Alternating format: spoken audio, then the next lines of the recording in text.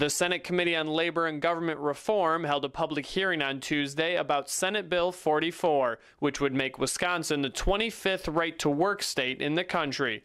Many opponents to the bill spoke about research that showed right-to-work states have lower wages than non-right-to-work states.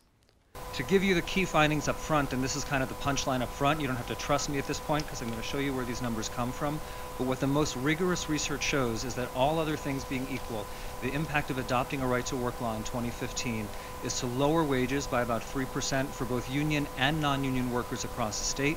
The Bureau of Labor Statistics, they have shown that the wages are about $4 an hour less in right-to-work states relative to non-right-to-work states.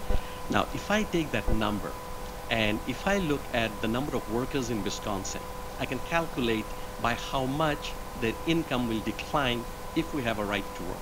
Both professors based their opinions on the same report, which James Shirk of the Heritage Foundation said was flawed. Of course, workers in states with higher cost of living are going to have higher nominal wages, but those wages bring less purchasing power with them. Analyses that have controlled for this historically find that there's no negative effect of right to work on wages, perhaps even a positive effect. Against that, you've heard the other testimony that Dr. Lafer presented today. I would happily have my research put up against his. In fact, we replicated the study that he referenced of Dr. Scharholz and Dr. Gold, which claimed to find this 3% lower effect of right to work on wages.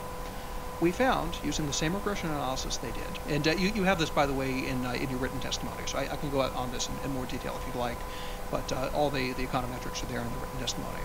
We found that Dr. Scharholz and Gold made two methodological errors. They used improper control variables, and they didn't account for measurement error in their cost of living surveys. Well, Shirk went on to explain in detail how the research shows right to work has no negative economic impact. Vincent Vernuccio from the Mackinac Center for Public Policy in Michigan explained the law is simply about worker freedom. Obviously, we can go back and forth arguing over statistics or arguing over regression analysis and on and on and on. But right to work is not about economics. Right to work is about freedom.